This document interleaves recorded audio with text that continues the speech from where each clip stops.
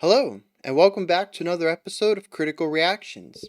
With your host, Bryan, we're going to continue on with this week's theme of Vulnerable Side, looking at some more pensive, thoughtful music.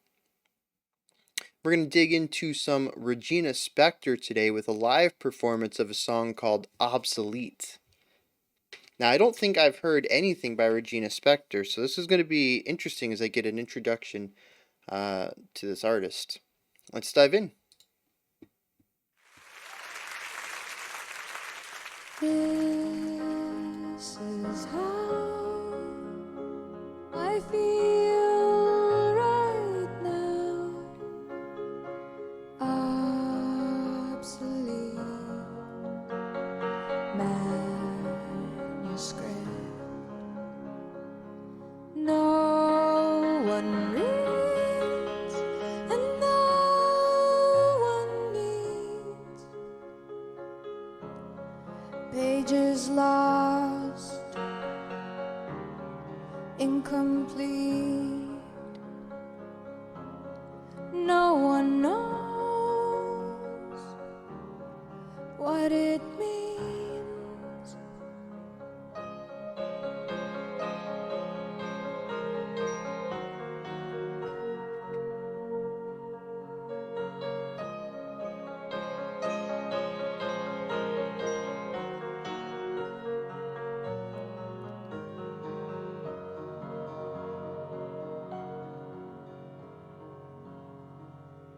Minds grow dark so suddenly.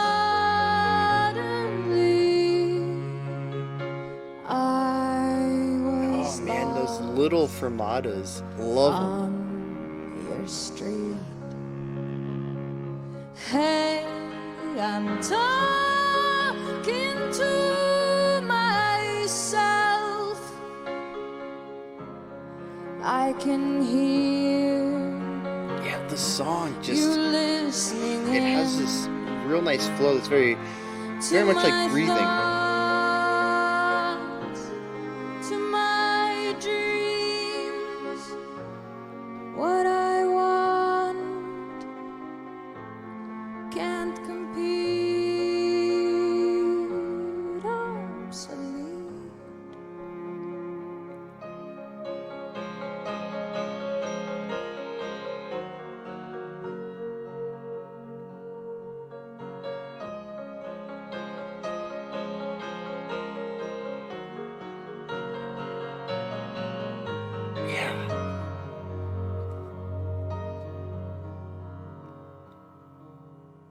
Take me to the water's edge.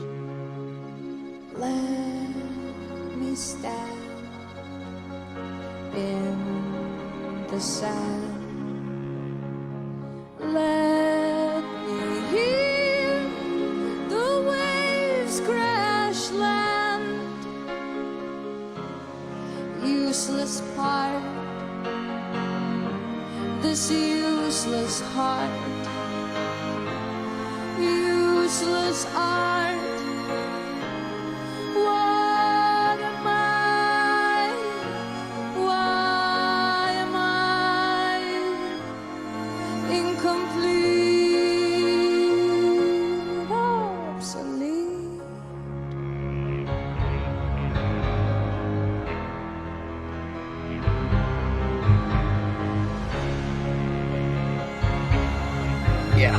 Let's.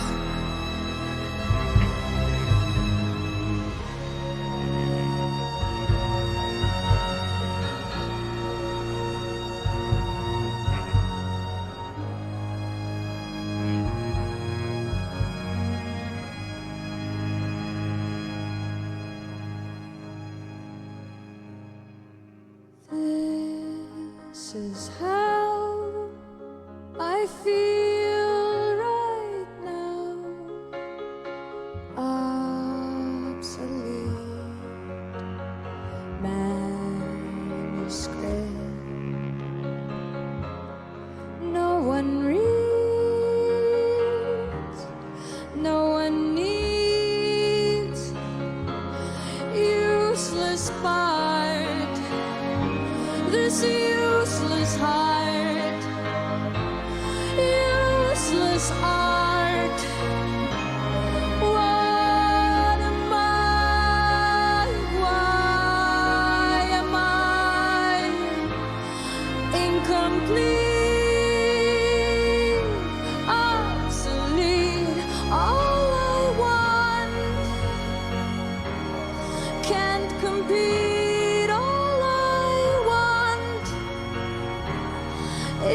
sleep all I want, incomplete all I want,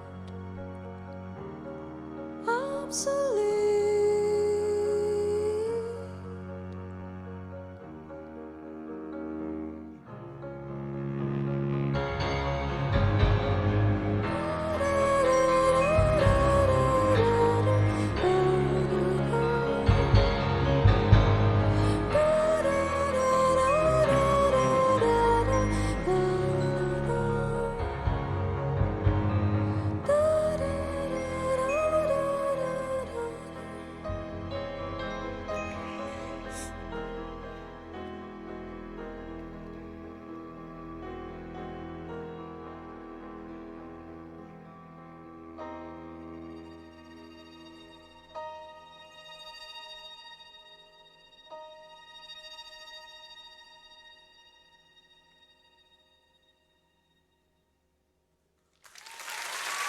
Oh man. Oh man, that is wow.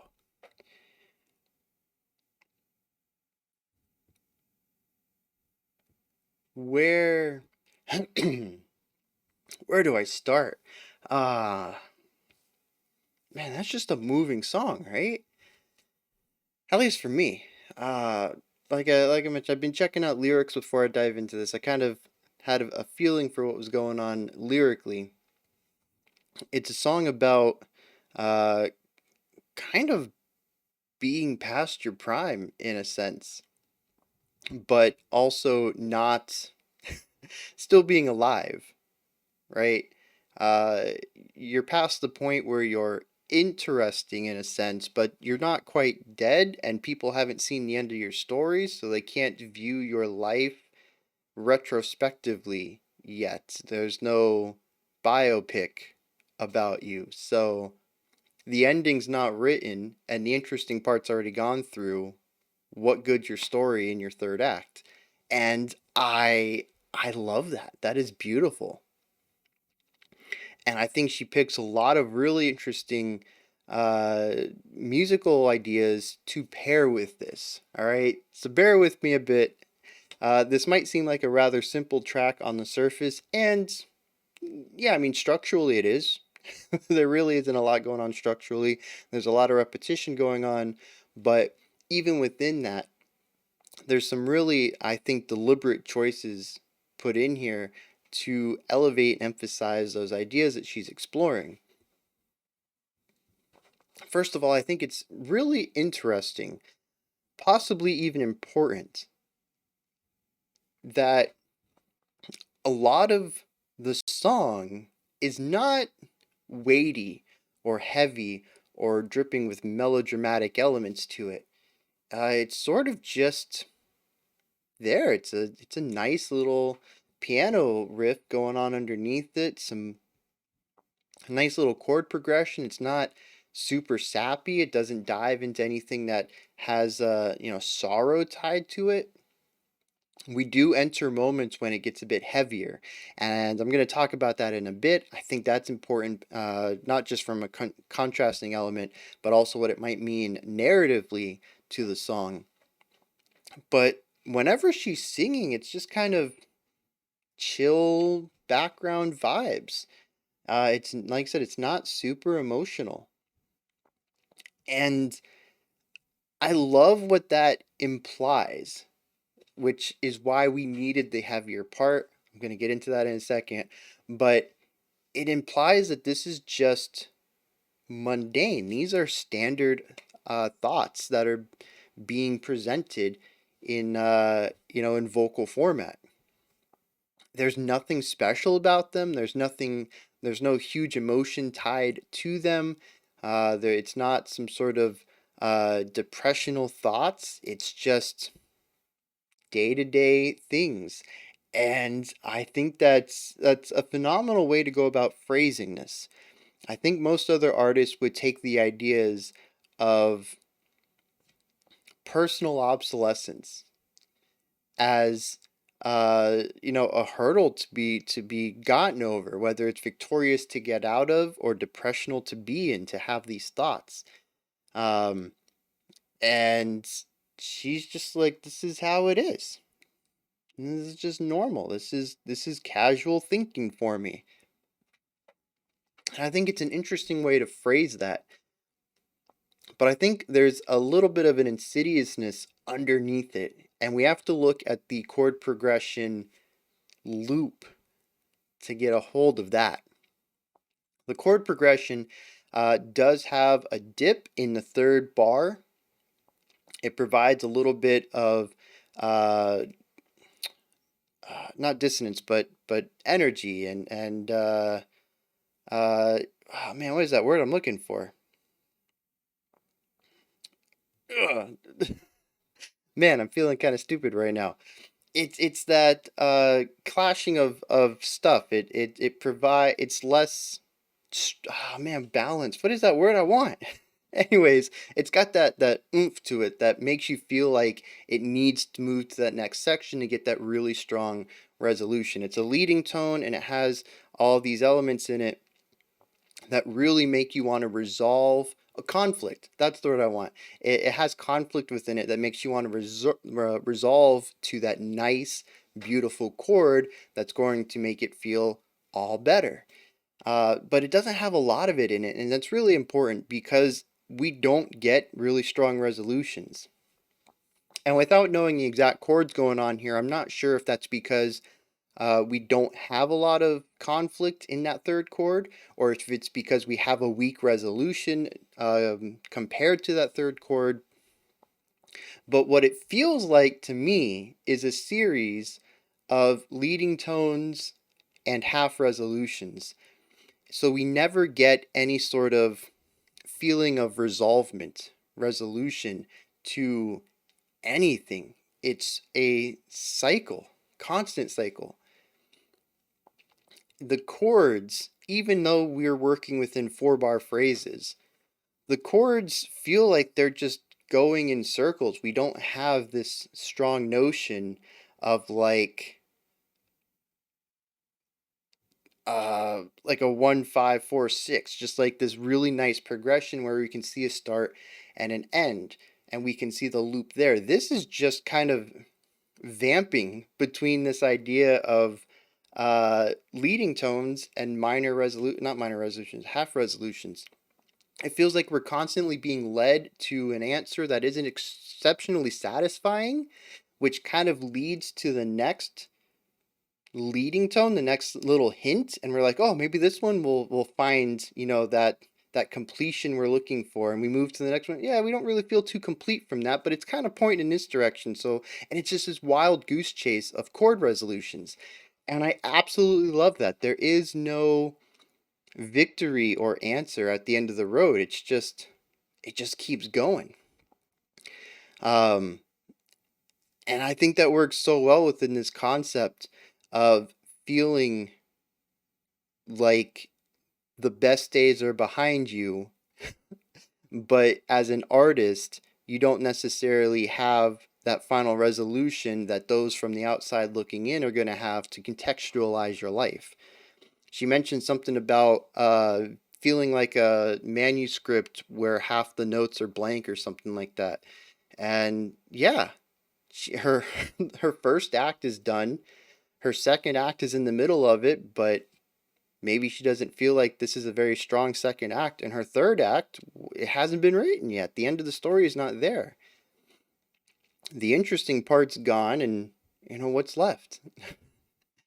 Uh, I love this idea of just the loop, that these thoughts are just going to be with her unless something catastrophic happens, which would be the end of the book, most likely.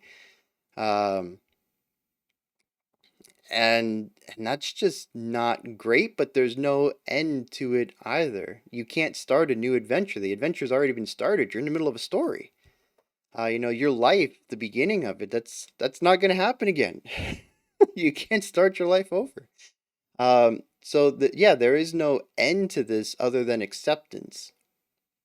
Just accepting that that's the way it is, that you're not obsolete, that this is just the pattern of life. And I think there's a lot of beauty in that.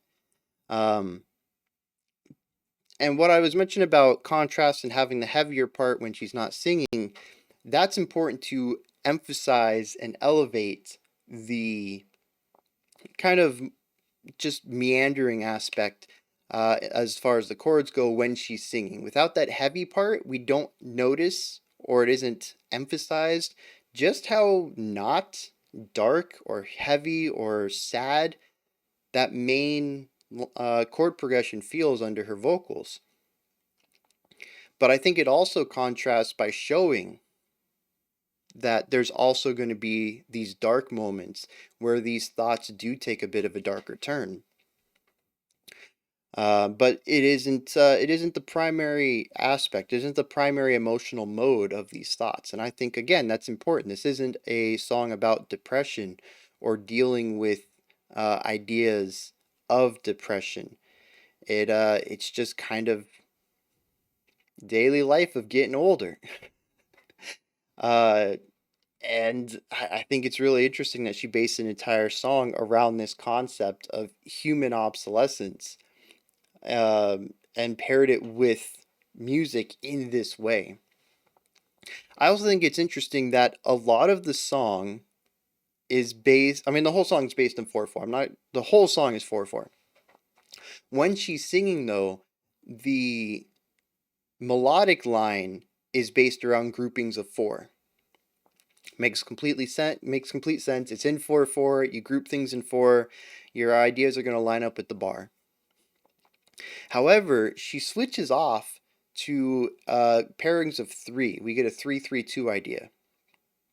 Do do do do do do do do do do do do. Wrong notes. I'm not a singer, but that's the rhythm, and I believe it is falling ideas. The range does start high and come down. We see it echoed when she switches hands, and she starts playing with her left hand higher up so that she can continue the chordal stuff she's doing in right hand, but raise the octave of this idea. That's when she does it. The couple of times the camera pans to the keyboardist in the back, he's doing the same thing. And at the end, when she starts vocalizing, she's doing this as well. This 3-3-2 idea. And it's always extremely short lived. And I was trying to figure out if it was just, because it's not like it's super unique. 3-3-2 is something that happens all over the place. It gives you this little bit of an irregularity in the rhythmic pattern of a melody, while also allowing it to line back up with the 4/4 beat, having 4 beats in a bar. But I do think it's really interesting that she talks about being incomplete. Lots of things in here about, like I mentioned, being a book or a manuscript and having a bunch of blank pages, just, not being a complete package yet. And I like this concept of putting that in music. We see this 4 beats per bar concept appear all the time, and it's a nice complete package. You have one beat or one note per beat, 4 beats per bar, and when the bar changes, you go to the next chord. But here we have this little off-kiltering aspect to it. It's not complete. Not in the short sense. We're trying to fit 3s into 4s. We're trying to put squares into a circle hole. Not to mention that the third part of this repetition, your do do do do do do do do, has to be cut short. It can't even be complete within the idea that we're working within phrasings of 3. It has to be cut short to fit into the box of this 4/4 time signature. So that really doesn't tie into the idea of obsolescence, but I do like how it ties into this idea of being incomplete, of only being a fraction of your total story. And I think that's phenomenal. It's another little idea that I think works very well within the context of the lyrics. And this is what I mean when this is what I was hoping for when I introduced the vulnerable side week. I believe, after talking with some people, that a lot of people took it to mean more vulnerable or pensive or slower songs from bands that are typically not. we're getting to see the vulnerable side of heavier bands. And I was just hoping to get to the vulnerable side of music. Totally. I was really hoping for more stuff like this. I think that the pop realm has a lot of really great music in this realm, the very personal, isolated type of stuff.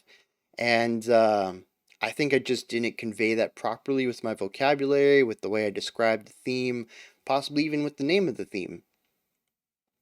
But this is certainly what I was looking for all week. Single person, single instrument, very personal, very opening up of the heart and the mind, and not necessarily being a pretty song or an upbeat song or anything like that. It's very quiet. In fact, the song is exceptionally quiet. I don't know if it's the recording. This isn't an official YouTube channel that I found this on, so that could have been that could have contributed to it as well. But I had to bump the gain up on this a lot just to be able to get it to the same volume level that I put all my songs at. So it's quiet. The lyrics are personal. The vocalist is extremely isolated. Like I said, it's just her and the piano. There are moments that the strings come in, but they're very subdued. They're played underneath the melody. To me, it's a very vulnerable aspect. It's an opening up, a baring of the soul, and being put in a place that shows parts of the artist, the band, the vocalist that I don't think they would typically show many people. Definitely not what's typically shown in most music. I mean, I assume Regina Spektor is kind of a big name artist. There's a lot of people there, so I guess it's weird to phrase a public artist as doing things that not many people would see. But I think it brings the point across that she can express herself in music possibly in a different way that she can personally, speaking to people and expressing her mind, one on one with somebody rather than putting on a display of art. Um, and I do wish I had better word because I keep coming back. I'm like, what is this? Well, to me, this is vulnerable. This is pensive. This is very thoughtful. This is, uh, personal. But those words also describe what we checked out earlier this week. I'd say that they describe bareness, uh, at least strongly in the vocal aspect. There's definitely a vulnerability there, in especially the way they were expressing the vocals, some of their body language. I think I spoke about that. There were certainly moments in the Yes song that I felt had some vulnerable aspects to it, even if the song as a whole, I don't think maybe landed on that. And of course, yesterday, I think even though the song uh, struck me in a different light, there is still a lot of vulnerability at play there as well. So it really comes down to it possibly being a bit of a subjective word as well as pensive and thoughtful. These are words that I think might mean different things to different people, especially when we're talking about art that is pensive and thoughtful and what that might sound like to different people. But this is the kind of stuff I had in mind. Very small, very sparse, uh, and almost like an exposure of an artist or an exposure of a vocalist. It doesn't even have to be vocals. I mean, this could have been done with a lead instrument. Maybe just had a lead string on top of everything else here, playing what she was playing, singing, taking the notes that she sung and just transposing it to, or transcribing it to a violin. And I think that would have had a lot of the same connotations. So, yeah. Anyways, I love this. Fantastic choice. I'm really excited to see what we get with tomorrow. See if we get more of the stuff that we checked out earlier this week or if we can get another track like this. Those are just my thoughts, though, on Regina Spektor's Obsolete live. This is where you guys come in. Hit me up in the comments. Let me know if you enjoyed this or not, if you agree with anything I said. Maybe you disagree with some things I said. That's fine, too. Above the comment section, there's a description box, and there is a link for Linktree. Take you to this menu right here. It's got links for everything related to the channel, as well as me. You can support me through Patreon, join the Discord community, submit a special selection, follow me on Twitter. You can check out what I've been listening to. You can check out some music I've created, blocked videos. I mean, there's all sorts of stuff in there. Go ahead and check it out. Above the description box, if you could, like, subscribe, and ring the bell. I greatly appreciate all three of those. We have one more video coming out in 4 minutes. It'll be our special selection for the day. Otherwise, I'll be back tomorrow at 5 p.m. Eastern Standard Time, 10 p.m. UTC, as usual. We'll be looking at our final vulnerable side track, and we'll be looking at creator request, which is where a band gets in contact with me and asks me to look at their music. Until next time, remember to be critical, but not cynical of the music you listen to, and have a fantastic morning, afternoon, or evening whenever you choose to watch my videos.